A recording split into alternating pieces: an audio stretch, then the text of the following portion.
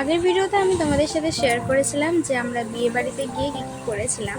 তো আজ তোমাদের সাথে আমি শেয়ার করব যে বিয়ে বাড়িতে গিয়ে ঠিক কী কী খেয়েছিলাম। তো চলো ভিডিওটা দেখতে থাকো, ভিডিওটা স্কিপ করো না।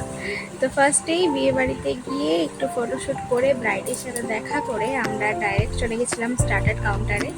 সেখান থেকে নিয়ে নিয়েছিলাম veg pakora and sauce. Veg pakora and sauce খেতে তো আমার খুবই ভালো লাগে, আর বেসিক্যালি ভালো লাগে যেগুলো গরম গরম হয়। তারপর ভেজ পকোড়া আর সস খাওয়ার পরে আমরা খেয়েছিলাম ফুচকা। ফুচকা খাওয়ার পরে কফি ছিল, বাট কফি খাইনি, আমরা ডাইরেক্ট চলে গেছিলাম মেন কোর্সে।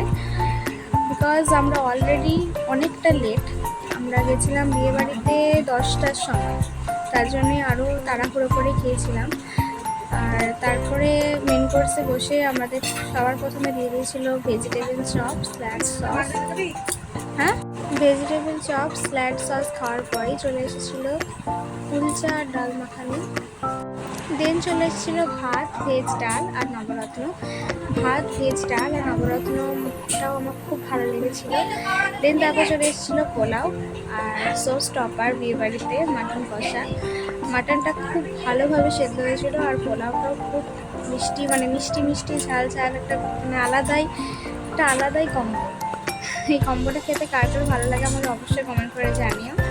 আর দেন ছিল চাটনি, পাঁপড়, মিষ্টি, আর শেষ সাথে ছিল পান আর আইসক্রিম। তো চলো ভিডিওটা কেমন লাগলো জানিও। দেখা হচ্ছে অন্য কোনো ভিডিওতে। বাই।